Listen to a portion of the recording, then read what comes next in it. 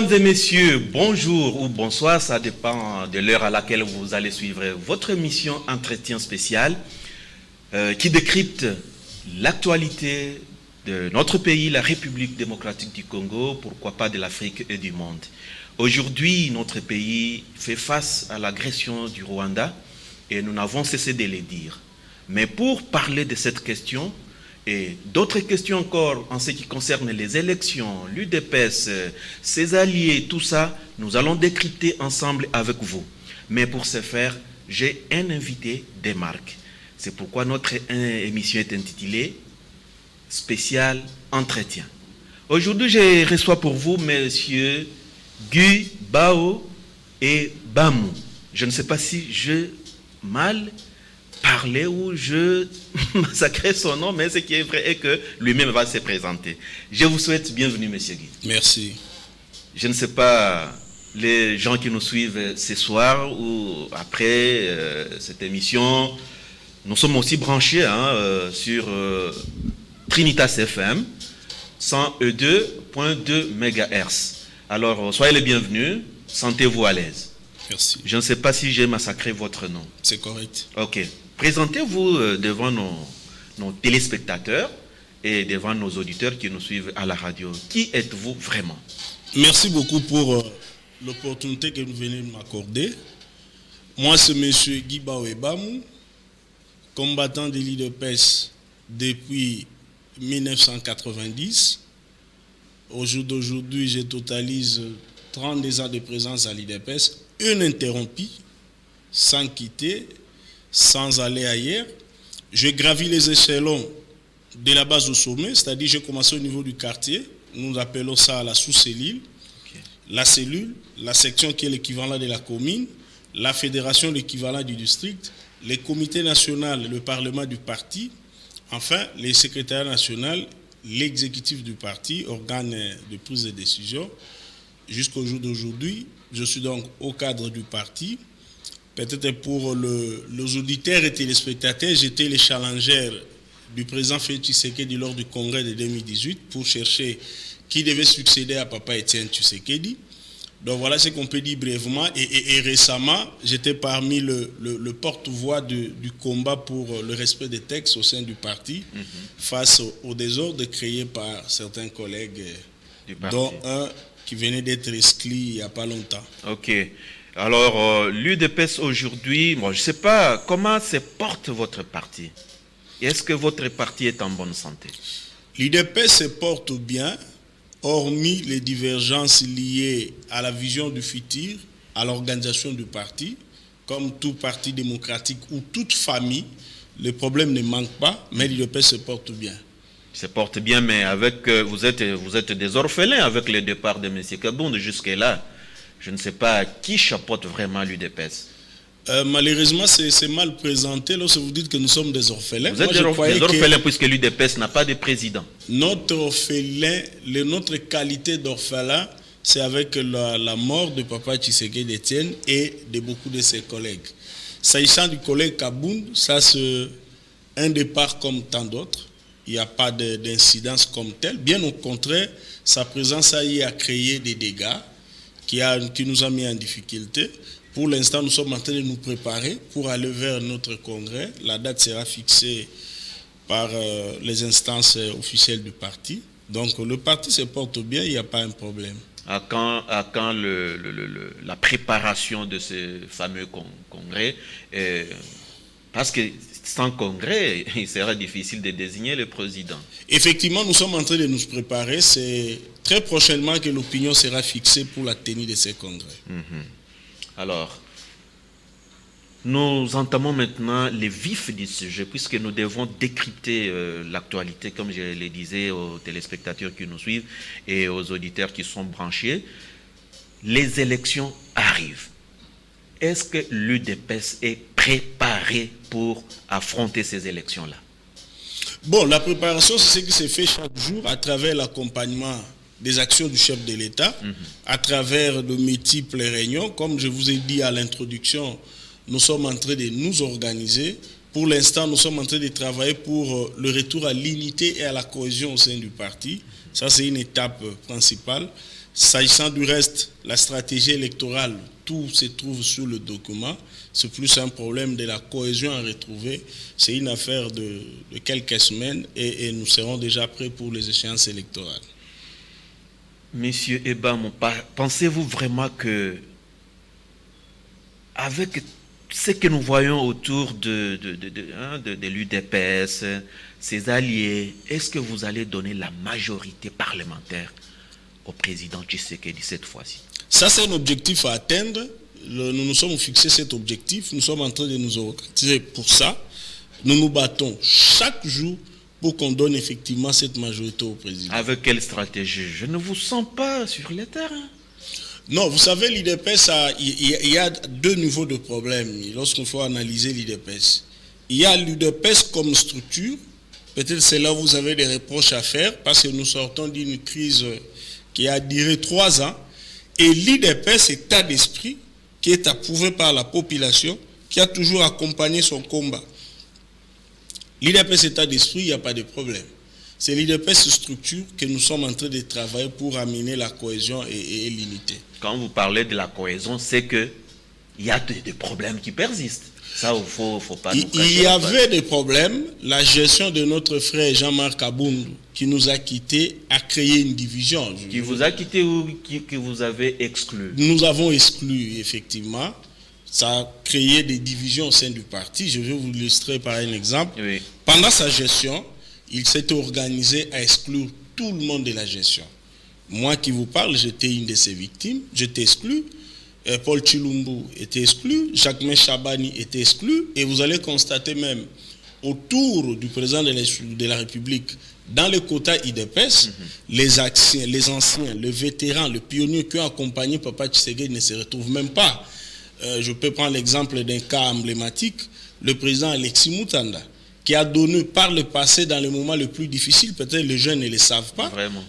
une adresse physique à l'IDPS, c'est-à-dire le siège délimité à Zignas, qui nous a donné un journal qui nous avait accompagné la tempête des tropiques. Vraiment. Même cette télé nous a accompagnés dans le moment le plus difficile. Ah oui. Mais aujourd'hui, vous allez vous rendre compte que ce soit lui ou la plupart de leur génération ne se retrouvent même pas, ni dans la gestion de l'État, ni dans la gestion du parti. Donc, vous voyez, là où M. Kaboun nous a laissé deux problèmes. C'est la raison pour laquelle je vous ai dit, nous sommes en train de travailler pour la cohésion et le retour à l'unité. C'est ça le travail que nous sommes en train de faire. Mais au-delà de cette organisation, l'IDPS se prépare aux élections.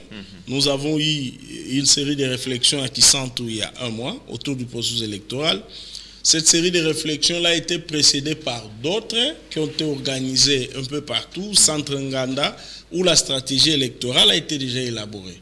Donc nous n'avons pas à craindre, mais question de beaucoup plus d'organisation et de cohésion pour arriver à l'objectif que vous avez dit, la majorité parlementaire qui doit accompagner les chefs de l'État. C'est comme on dit que un royaume divisé ne peut pas tenir devant même une petite nation. Donc, si vous êtes ensemble, ça peut aller. Absolument, absolument. Nous avons besoin des concours de tout le monde, l'expérience de tout le monde pour nous permettre d'aller de l'avant parce que nous ne saurons pas donner la victoire au président Tshisekedi seul. En tant que haut cadre, nous avons besoin de tout le monde. Vous avez besoin des alliés. Même les alliés, nous avons besoin d'eux. Mais avant de parler des alliés, vous devez vous-même d'abord être exactement, à l'avant-garde. Exactement. D'accord. Bon, comme nous parlons des élections, mesdames et messieurs, vous qui nous suivez de partout, nous recevons un monsieur, un haut cadre de l'UDPS. Vous avez dit que vous êtes secrétaire général adjoint. Oui, appelons ça comme ça. Très bien. Ce sont des fonctions que nous avons y assumées. Ok. Alors, nous sommes à la croisée des chemins, les élections arrivent et plusieurs politiciens, beaucoup de politiciens vous accusent, vous l'UDPS, de pouvoir planifier une tricherie, donc on peut dire une tricherie incommensurable. Comment avez-vous accueilli ces allégations? Est-ce que c'est vrai? Est-ce que c'est faux? L'UDPS organise-t-elle une tricherie comme il n'en a pas eu dans ces pays?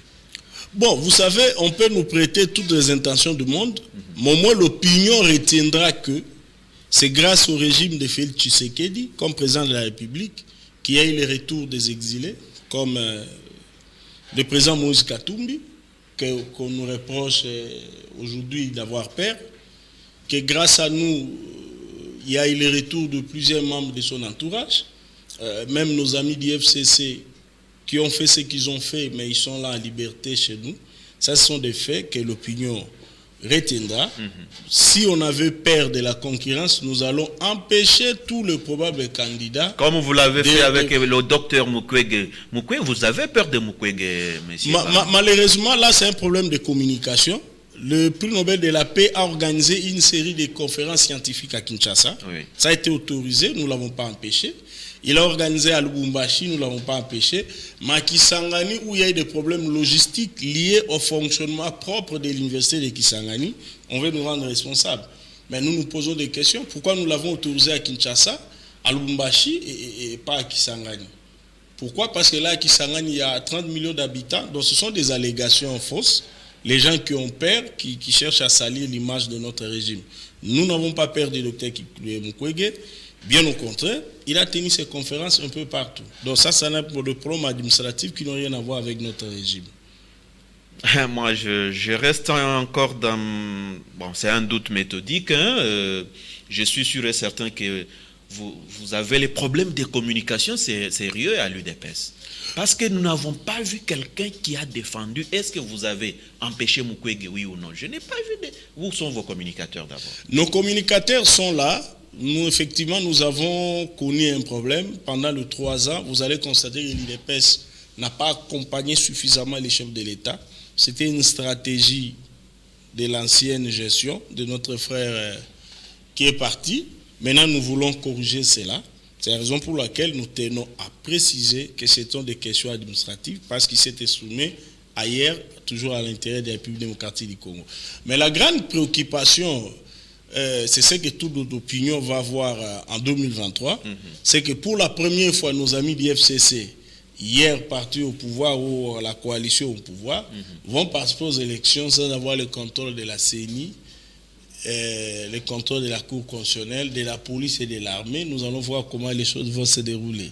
Ce serait une première historique parce que tout ce qu'ils ont réussi comme prouesse 2006, 2011, 2018, c'était grâce à toutes ces structures-là qui les avaient accompagnés. Maintenant, nous allons voir la vérité en face, la force d'un parti politique qui va évoluer. Comme l'UDPS a évolué pendant 37 ans, évoluer, compter que sur les militants, sur ses propres forces. C'est ce que nous allons constater. Et jusque-là, vous êtes toujours des combattants jusqu'à la mort. Oui, malgré que vous êtes au pouvoir, est-ce que ça colle vraiment? Oui, ça colle parce que le combat a changé de nature. Hier, c'était pour l'instauration de la démocratie et de l'état de droit, c'est-à-dire la conquête du pouvoir. Aujourd'hui, le combat pour sortir le Congo de la pauvreté. Monsieur Guy, parlons un peu franchement. Est-ce que c'est le moment de parler de l'état de droit ou c'est le moment de parler de l'état de développement? Parler de l'état de droit jusque-là, moi je me pose beaucoup de questions. Est-ce que c'est le moment de parler de l'état de droit au lieu de parler du développement du pays? Le deux à la fois, parce que sans l'état de droit, il est difficile qu'il y ait un progrès économique ou de développement. Ça, c'est ce que l'histoire du monde a prouvé. Les hommes doivent être libres pour réfléchir librement et essayer d'entreprendre dans la liberté. C'est la raison pour laquelle nous avons mis l'état de droit au cœur de notre vision, avec pour conséquence le développement qui devait suivre. Lorsque vous réalisez l'état de droit, les gens ne vont pas manger la démocratie, mais la démocratie et l'état de droit vont déclencher un processus tel que tout le monde va exiger le développement. N'oubliez pas que nous-mêmes, l'UDPS, notre poste est non, c'est l'Union pour la démocratie et le progrès social. Donc on est là dans le développement. Vous avez raison, ça va de pair avec l'état de droit et la démocratie. Quand vous parlez de progrès social, depuis que Félix Tshisekedi est au pouvoir, vous avez progressé dans quel secteur? Bon, je sais que la difficulté que vous avez à nous juger, vous nous comparez souvent aux 18 ans ou 40 ans de destruction du Congo. Mais s'il faut nous prendre là où nous sommes arrivés, c'est-à-dire en 2019, il y a de progrès par rapport à la situation que nous avons trouvée sur le terrain. Il y a par exemple l'augmentation des salaires des agents et fonctionnaires de l'État, bien que ce n'est pas suffisant, mais c'est un pas par rapport à là où nous venons. Il y a par exemple la gratuité sur le plan de l'éducation. La gratuité a sorti plus de 5 millions des enfants en âge de scolarité de la rue ou de la maison vers l'école. Et la maternité gratuite vient de commencer dans certains coins. Ça, ce sont des progrès que nous avons réalisés sur le plan de l'éducation, sur le plan de la santé. Peut-être sur le plan du panier de la ménagère, les choses traînent à venir, mais là aussi il y a les des prix pas. ne vont qu'augmenter. Bon, le prix là c'est un phénomène, je dirais, presque mondial. Nous avons tous suivi, même en France, le président Macron avant-hier a averti le Français que bientôt nous tendons vers la fin de l'abondance. Il le prépare, ça c'est une réalité. Dû à la crise de la guerre. Chez nous, même quelqu'un qui vous vend du piment, il dit non mais il y a la guerre en Ukraine. Mais c'est devenu comme une sorte de dédouanement ou comment? C'est les gouvernements des warriors qui ne fait pas vraiment ce que les peuples demandaient. Puisqu'on on parle du gouvernement, bon, on voit l'UDPS d'abord à la tête du pays. Oui, c'est-à-dire que le problème n'est pas un dédouanement, mais le peuple est en train de comprendre les réalités. Il y a par exemple les efforts qui ont été faits au niveau du service national de Kanyamaka CC pour fournir le produits alimentaires de base qui ont été vendus à un prix abordable et raisonnable. Un prix républicain. Républicain, si vous voulez. Donc, vous voyez que ce sont des efforts qui sont faits pour permettre à ce que la population puisse se retrouver. Mais nous savons que ce n'est pas suffisant. Les efforts sont là. La volonté politique y est, tout ce qui a toujours manqué aux dirigeants de la République démocratique du Congo. C'est la raison pour laquelle le peuple doit s'approprier toutes les actions du chef de l'État. On est toujours dans les chapitres sociaux. Nous avons tous suivi hier ou avant-hier l'usine de dos de Lembaïmbou. Vous voyez un peu le projet. Et les gens ont dit que ce n'était pas le projet de l'UDPS, c'est le projet du PPRD. Il n'y a pas de problème. Le projet existe, mais la matérialisation, c'est le régime de Félix Tshisekedi. C'est comme la gratuité. Le Félix Tshisekedi n'a pas inventé, il a trouvé ça inscrit dans la Constitution. Et il mais a on boosté. n'a pas bouqué, lui, il n'a fait qu'à booster. C'est comme la liberté de notre frère Franck Diongo. On l'a trouvé prisonnier. Mais avec la volonté de le faire sortir par les accords de Saint-Sylvestre, ça n'a jamais été exécuté. Mais l'homme qui est venu l'exécuter, c'est Félix Tshisekedi. Là n'est pas le débat. Le débat, c'est les résultats. Vous m'avez posé la question sur le plan social. Qu'est-ce qui a été fait? Nous essayons de donner des éléments pour que le peuple comprenne. Il y a des efforts qui sont faits par leurs serviteurs, Félix Tshisekedi, qu'ils avaient élus en son temps. Merci beaucoup, mais je reste dans ma soif. Chers téléspectateurs et auditeurs, parce que jusque-là, je ne suis pas encore convaincu que vous avez suffisamment de communicateurs. Pourquoi j'insiste? Parce que nous n'avons pas encore vu l'engouement qu'il y avait à l'époque de Joseph Kabila. Il avait des communicateurs qui étaient à la hauteur. Aujourd'hui, quand Tshisekedi Tshilombo fait quelque chose, par exemple, les routes sont construites, des ponts par-ci, à Gemena aujourd'hui, il y a eu du courant, mais on n'en parle pas. Vous attendez que qui parle à votre place? Tout ce que le président de la République fait, ce n'est pas visible. Pourquoi cette léthargie? Pourquoi cette lourdeur dans la communication? Non, c'est ce que j'essaie de vous expliquer. C'est la politique qui a été mise en place pendant les 3 ans de gestion de notre frère, qui ne voulait pas de la communication pro-Félix Tshisekedi. La preuve, nous qui étions en train de communiquer au début de la coalition FCC-Cash, moi personnellement, j'ai été révoqué. Mon ami Paul Tshilungu, le député, il a été révoqué. Vous savez pourquoi? Pour avoir défendu le président de la République dans les médias. Les communicateurs existent, mais les communicateurs ont été découragés. D'abord, il n'y a jamais eu un budget de communication. À l'époque où notre frère était dirigeant de l'IDPS, il n'y a jamais eu un budget de communication. On n'a jamais encouragé les communicateurs. C'était les initiatives individuelles que les communicateurs prenaient. Donc, vous avez raison de nous interpeller, de nous faire cette remarque. C'est la raison pour laquelle, actuellement, nous sommes en train de mettre en place une stratégie d'accompagnement dans le sens souhaité par l'opinion. Très bien. Alors, si je comprends bien, ça n'a pas marché parce qu'il y avait une sorte de... les vers étaient à l'intérieur du fruit. Exact. Ok. Parlons maintenant de l'union sacrée. Qui en est le coordonnateur. Qui est le coordonnateur de l'Union Sacrée? Et combien de fois vous vous êtes réunis? Bon, l'Union Sacrée, c'est d'abord une vision définie par le président de la République autour de valeurs républicaines, où il a appelé à l'adhésion de la majorité de la société congolaise en général, des députés et sénateurs en particulier. Et cette dynamique qui a été créée est chapeautée par le président lui-même, pas celui l'auteur de la vision. Il n'y avait pas encore eu une structuration comme telle. Mais ça fait quand même mais longtemps. Il y a eu des réunions qui se tiennent.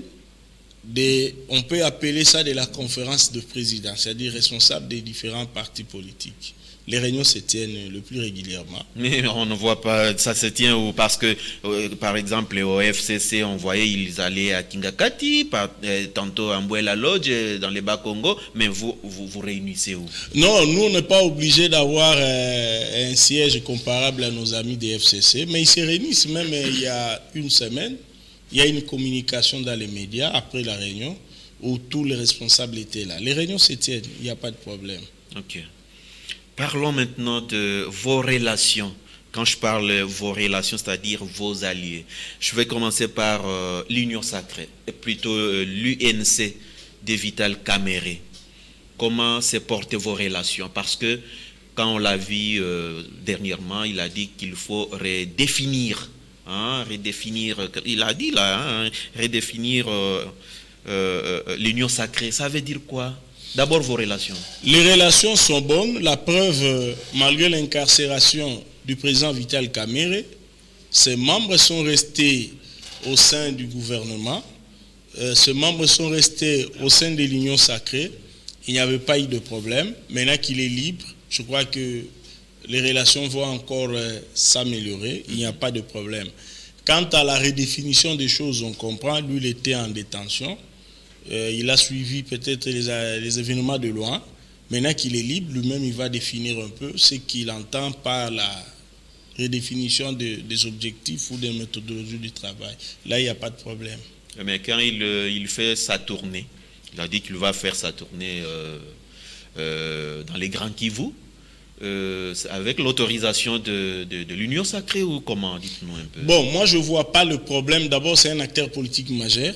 Il est président national d'un grand parti politique.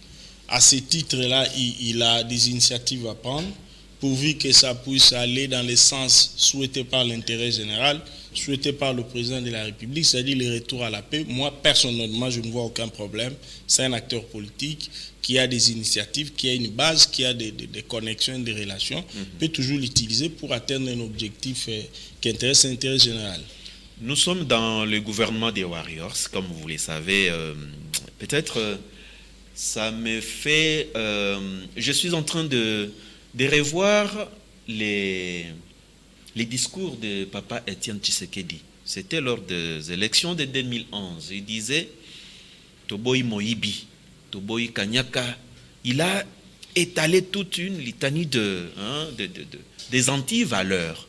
Aujourd'hui, quand nous regardons les comportements de certains ministres issus de l'UDPS, est-ce qu'il y a la différence avec ce que les sphinx délimité disaient? Les comportements de vos ministres à vous, est-ce qu'ils font la différence au sein de ces gouvernements? Nous entendons toujours que bon, il y aura des remaniements, tout ça, mais les ministres de l'UDPS sont-ils différents des autres? Moi, je vais dire oui, parce que jusque-là, on n'a pas encore fourni assez de preuves pour le ministre IDPS qui ont touché à l'argent de l'État. S'il y a des preuves que tel ministre avait touché l'argent de l'État, la justice, elle est là. Nous allons assister et accompagner pour le classement. Avec les ministres de la Santé. L'ancien ministre c'est un des nôtres, c'est un camarade de combat. Ce n'est pas à nous de le juger. Comment vous le jugez pas? Parce qu'il devrait être... Il était en prison, vous savez. Oui, les dossiers. Pourquoi il a été en prison? Ça, c'est à la justice de répondre. Nous cherchons la vérité judiciaire, ce n'est pas à notre niveau de l'établir. Nous avons constaté seulement le fait. On a dit qu'on reproche un certain nombre de choses aux collègues. Il a été arrêté, il a bénéficié d'une liberté provisoire. Je n'ai jamais entendu que le dossier a été clôturé. Donc, au niveau de la justice, nous, on ne peut pas se juger nous-mêmes. Mais nous disons seulement, s'il y a des faits infractionnels qu'on reproche à un de nôtres, il n'y a pas de problème, qu'on amène des preuves. C'est ça l'état de droit que nous avons soutenu. Mais pour l'instant, il n'y en a pas assez de dossiers, en dehors du cas du collègue qui est épinglé. Mais tous, nous savons aussi que, par rapport au principe des droits, il bénéficie de la présomption d'innocence en attendant que sa culpabilité puisse être établie. Nous sommes en train de parler de questions de l'ère. Nous ne pouvons pas ne pas parler de Moïse Katumbi. Moïse Katumbi, qui est l'un de vous. C'est conseiller en communication, j'ai entendu. Est-ce qu'il est avec vous, Moïse Katumbi? Bon, être avec nous, c'est une question difficile à poser, à répondre, mais nous constatons qu'il est avec nous à travers ses membres qui siègent encore au gouvernement, qui siègent encore au niveau de la coalition.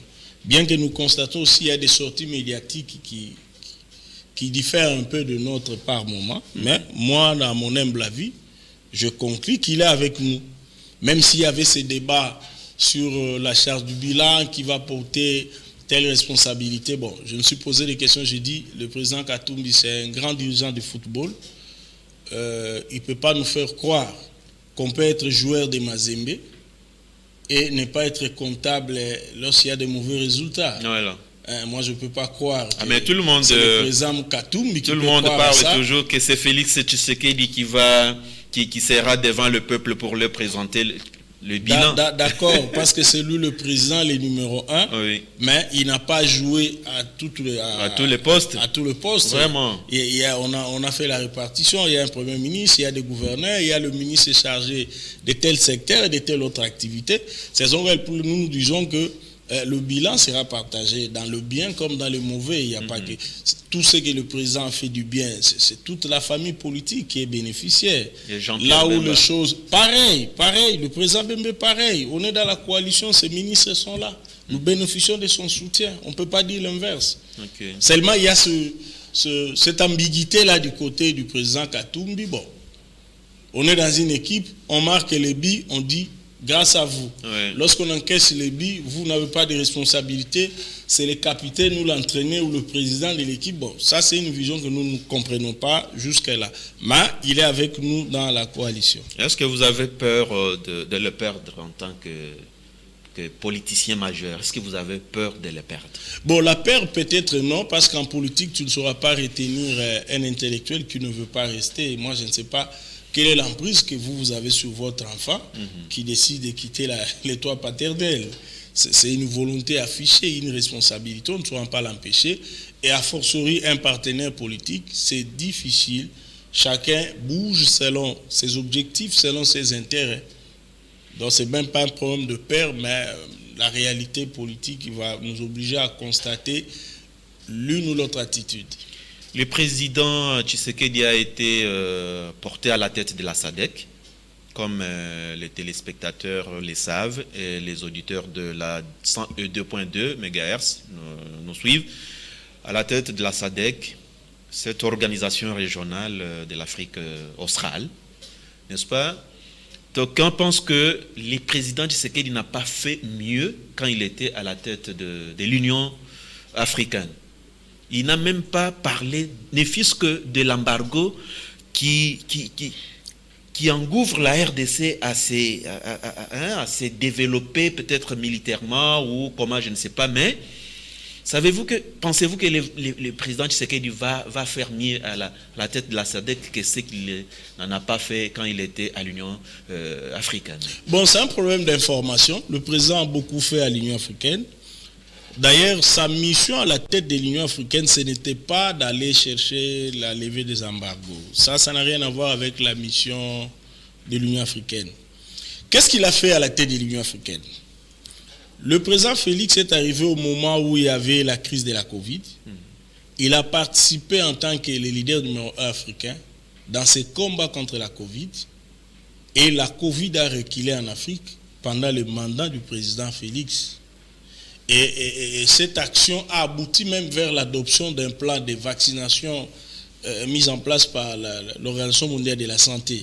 Ça, c'était une action de taille. Les gens étaient en train de mourir partout dans le monde, et particulièrement en Afrique. Les combats menés par Félix Tshisekedi a fait reculer la Covid, à la grande satisfaction de beaucoup de dirigeants africains, contrairement à ce que pense cette opinion-là.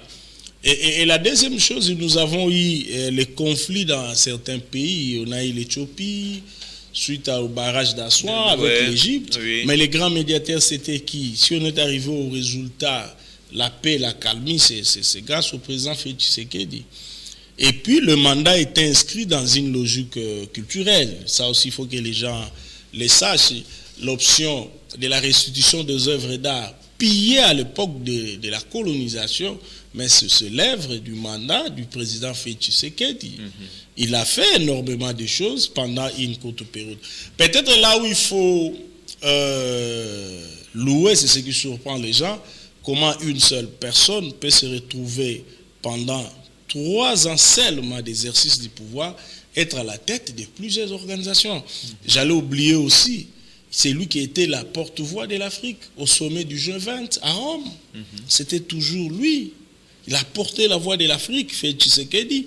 N'oublions pas aussi, lors du sommet du climat, je crois en Angleterre, j'ai oublié même les pays, c'était toujours lui qui était la porte-voix de l'Afrique, en présentant les choses que l'Afrique, à travers les différents pays, particulièrement la RDC, reste le pays solution par rapport au dérèglement climatique. Donc il a fait beaucoup de choses. Pensez-vous qu'il va faire mieux à la tête de la SADC? Mais absolument, au niveau africain, c'était déjà grand. Il a fait, et la SADC, dès la SADC, il faut rappeler peut-être aux téléspectateurs, nous avons une longue histoire avec la SADC, même avant la création de cette structure. Le maréchal Mobutu, vers les années 70 et 80, a contribué matériellement au soutien de plusieurs mouvements de libération de pays de l'Afrique australe, en vue d'obtention de leur indépendance. Le maréchal Mobutu a soutenu les combats de l'ANC contre l'apartheid en Afrique du Sud. Et quelques années après, c'est-à-dire en 1992, la SADC a été créée, je crois. Et puis, en 1999, 2000, grâce à Mosé Laurent Désiré Kabila, la SADC, à travers les Zimbabwe, la Namibie, l'Angola, nous ont apporté un soutien sur le plan sécuritaire. Je le rappelle pour permettre à ce que l'opinion comprenne, au-delà du volet intégration régionale, bénéfices économiques, échanges, tout et tout, il y a une dimension sécuritaire qui nous intéresse, qui nous avait déjà servi par le passé, à l'époque où nous étions agressés par le même voisin qui nous dérange aujourd'hui. Donc, ce sont des structures très importantes parce que nous suivons ces débats-là. Il y a les intellectuels qui disent carrément qu'est-ce que nous allons gagner là-bas si ce n'est pas important. Non, c'est hyper important. Aujourd'hui, le monde va vers les regroupements de pays pour être grand, pour peser. Et nous en avons besoin, surtout qu'on a une position géostratégique très complexe avec 9 voisins. Si vous n'êtes pas en bon terme avec tout le monde, vous aurez des problèmes malgré votre nature, votre grandeur. Donc, il va faire de très bonnes choses. Êtes-vous fier quand vous parlez du Rwanda? Nous sommes agressés par le Rwanda. Quand vous regardez sur la carte de l'Afrique, vous avez de la peine à reconnaître les Rwandais. Est-ce que vous êtes fiers de toujours? Non, les Rwandais nous agressent, les Rwandais nous agressent. Quand on voit un éléphant, excusez-moi le terme, ce n'est pas le dénigrement, un éléphant contre un moustique, vous trouvez ça normal? Je ne dis pas que c'est un exemple que je donne. Parce que parfois aussi on en a marre. Les Rwandais nous agressent, les Rwandais nous agressent. Vous devenez de plus en plus faibles. Aujourd'hui, Bunagana, la RDC est amputée de Bunagana. Quand est-ce que vous allez récupérer Bunagana? Bon, moi j'aimerais expliquer les choses autrement à l'opinion. Vous avez le droit d'être chagriné lorsqu'on cite un pays voisin qui n'est pas en mesure, et il ne l'est pas, ça vous avez raison, que l'opinion comprenne au moins l'évolution du monde. En 1960, pour faire agenouiller la RDC à travers la vision de Patrice Lumumba, les Katang étaient devenus indépendants, les Kasaï étaient devenus aussi indépendants, grâce à qui? Il y a certains milieux occidentaux qui voulaient mettre le pays à genoux. Voilà. Lorsque Mobutu arrive à la fin de son règne, c'est la même technique. Plusieurs pays voisins ont envahi le Congo. Ça a occasionné la chute de Mobutu. Laurent Désiré Kabila, qui était bénéficiaire de cet appui de voisins, lui-même, quelques temps après, sera victime à travers une guerre d'agression. Donc, vous comprenez, à chaque moment de l'histoire, lorsqu'on constate qu'il y a un élan de développement, on veut casser cet élan en créant une guerre. Parce que la conséquence, c'est quoi? Tout l'argent qu'on voulait mettre dans le projet de développement sera affecté vers le fort de guerre. Voilà la triste réalité. Le Rwanda n'est qu'un nom, n'est qu'un commissionnaire. Le Rwanda n'a pas de force, même en termes de nombre de militaires, en termes de moyens matériels. Ils n'ont pas de toutes ces forces-là. Ils sont utilisés par certains milliers qui veulent voir le Congo à genoux afin qu'ils puissent piller nos richesses. Notre problème, c'est ça. Alors, nous ne devons pas prendre le problème en termes du petit Rwanda, en termes d'une volonté affichée de la balkanisation du pays et appuyer les chefs de l'État, le commandant suprême de l'armée, afin que le FARDC, la police et tout le service de sécurité puissent être à la hauteur de la menace et du danger qui nous guette. Nous sommes en train de cheminer vers la fin de cet entretien spécial. Nous ne pouvons pas terminer sans toutefois parler des élections 2023. Comment l'UDPS entend aborder cette question capitale? D'abord, s'il faut prendre le président de la République comme animateur de toutes les institutions, les garants du bon fonctionnement, il a laissé l'esprit ouvert à la CENI, qui est composée de toutes les tendances, de piloter les processus électoraux conformément à la Constitution. Ça, c'est d'une part. Les efforts sont faits afin que les élections soient organisées dans les délais, malgré les procès d'intention qu'on nous prête, du glissement tout et tout. Nous sommes pour la tenue des élections. Maintenant, de l'autre côté, en tant que parti politique, je vous ai dit que nous avons déjà entamé plusieurs réunions de réflexion sur la stratégie électorale à mettre en place. Okay. C'est déjà au point. Maintenant, c'est les réformes au niveau structurel qui nous reste à faire. Nous comptons vraiment aborder la période électorale avec beaucoup de sérénité au sein de l'UDPS. Y a-t-il une question qui n'a pas été abordée, peut-être que vous auriez soulevée? Bon, toutes les questions ont été abordées. On peut toujours oublier une ou deux préoccupations, mais dans l'ensemble, l'actualité a été ramassée. Ok. Mesdames et messieurs, nous sommes arrivés presque à la fin de cet entretien. Je ne peux pas terminer cette émission sans toutefois parler, parce que je voulais chuter, mais du fait que il y a encore certaines zones d'ombre, il faut essayer un peu d'analyser l'actualité sans tabou.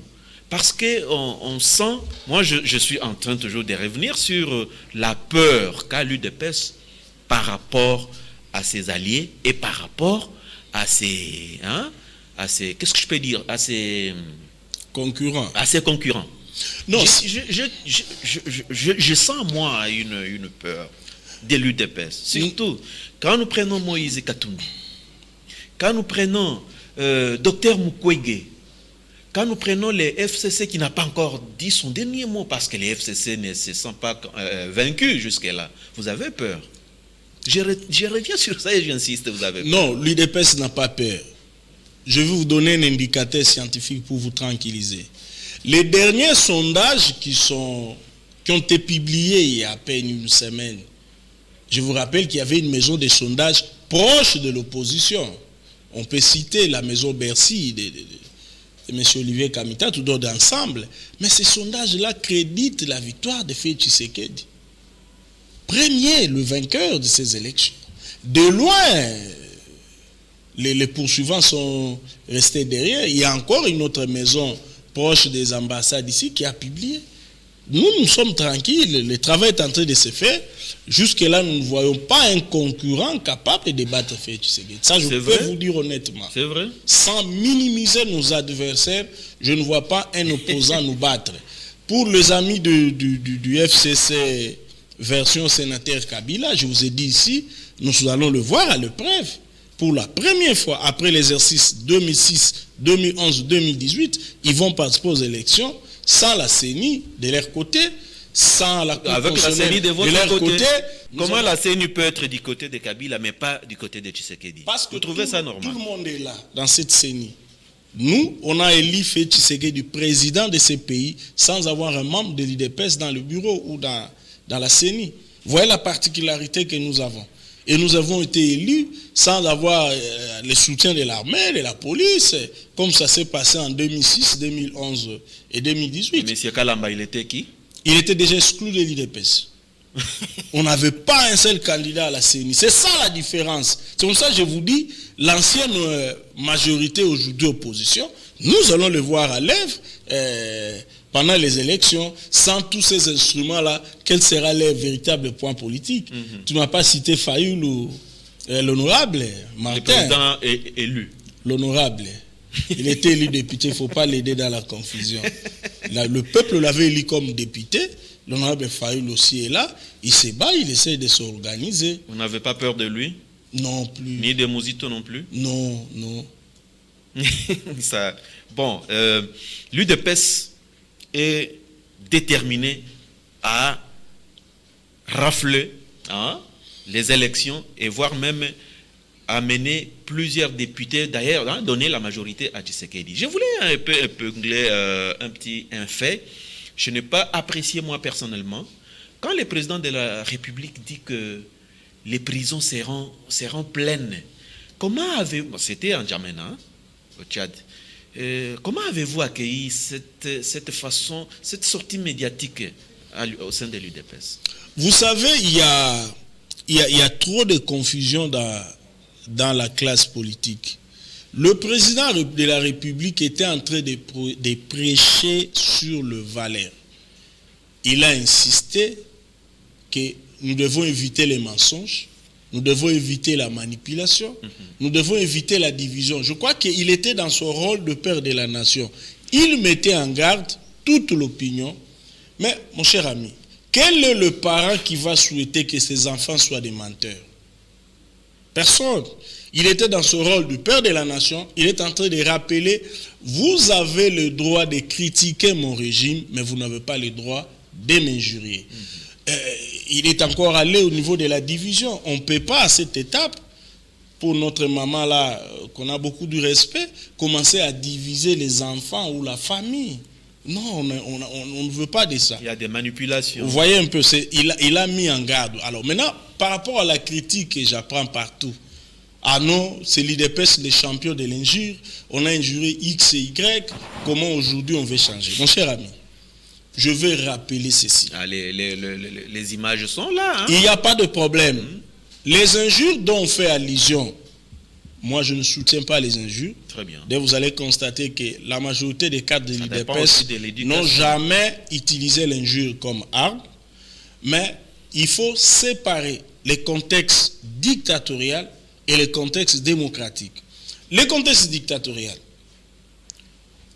la police ou l'armée entre dans une maison ou dans un siège d'un parti politique, tire sur les gens, il y a des morts. Qu'est-ce que vous attendez comme cri des victimes qui ont vu leurs proches mourir, mon cher ami? Prier Ave Maria, notre Père qui est aux cieux, chanter pour le régime? Absolument non.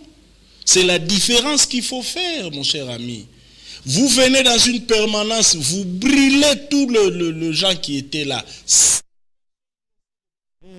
Calciner le père de famille.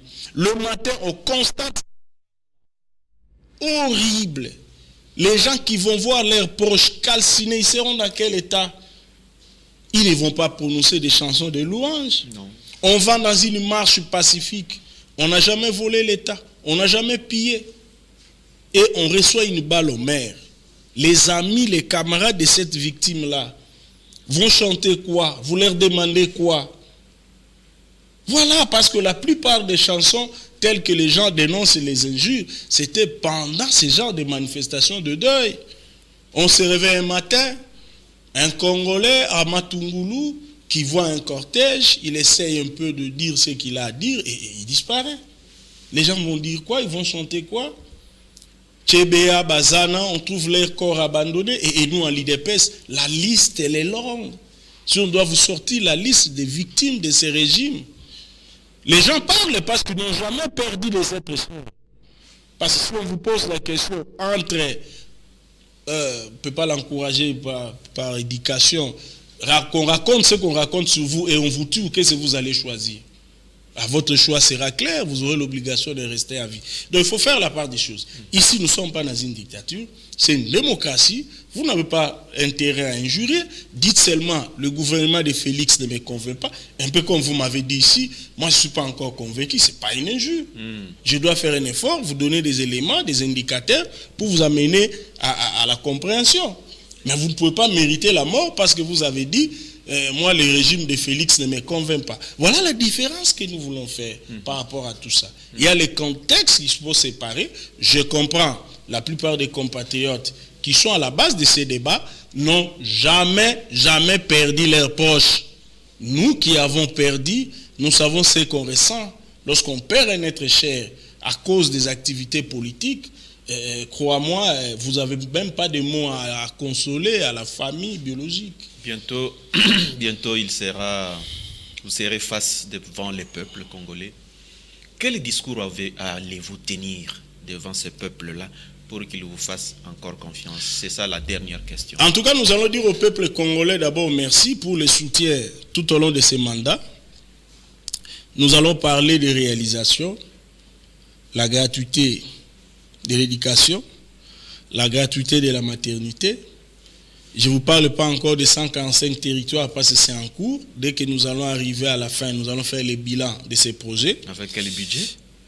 Le budget qui a été donné, l'argent a été disponible, les agences d'exécution ont eu quelque chose, les travaux vont commencer bientôt. Nous allons parler des efforts qui ont été faits par le président sur le plan de la liberté. Aujourd'hui, les opposants passent à la RTNC. Moi, je vous ai dit que j'ai commencé mon combat politique en 1990. Pour la première fois, je suis passé à la RTNC, c'est lorsque je suis arrivé au pouvoir. Mais nous, au moins, nous avons fait honneur à nos opposants. Sans arriver au pouvoir, ils passent à la RTNC, à la télévision nationale.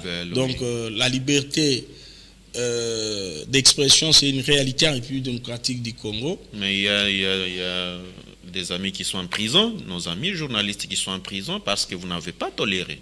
Non, les amis qui sont en prison, peut-être ils ont commis une infraction, parce que là aussi on doit faire la part des choses. On fait l'opposition, on fait le métier du journaliste, mais ne pas commettre des infractions. Ceux qui nous critiquent sont là, ils circulent régulièrement, on les croise, on discute, on échange, il n'y a pas de problème. Mais ce que nous n'encourageons pas, c'est les injures, c'est les infractions. Et même lorsqu'on veut répéter ce qu'on a entendu dans la rue, tel avait dit ceci, pourquoi? Non, ce n'est pas la même chose. Nous avons une responsabilité en tant qu'élite de conduire la population, d'éduquer la population et de ne pas pousser les gens vers la commission des infractions. On serait là, pourquoi par exemple parler de la femme d'un opposant? Pour quelle raison? Nous parlons des actions posées par les opposants, on fait les débats d'idées, les débats de projets, c'est ça qui va nous permettre d'avancer et non les injures. Merci beaucoup. C'est par cette note que nous mettons un point final à cette émission intitulée Entretien spécial. Entretien spécial, pourquoi? Parce que nous avons aussi eu un invité de marque, en la personne de messieurs Gubao et Bamou, qui est cadre de l'UDPS. Avec lui, nous avons essayé un peu de décrypter l'actualité. Et pour ce faire, nous vous disons merci. Restez branchés sur les programmes de Canal Numérique Télévision. Merci à Daniel Chisungu derrière la caméra, Padou Bomboussa qui a réalisé cette émission. À très bientôt et que Dieu vous garde.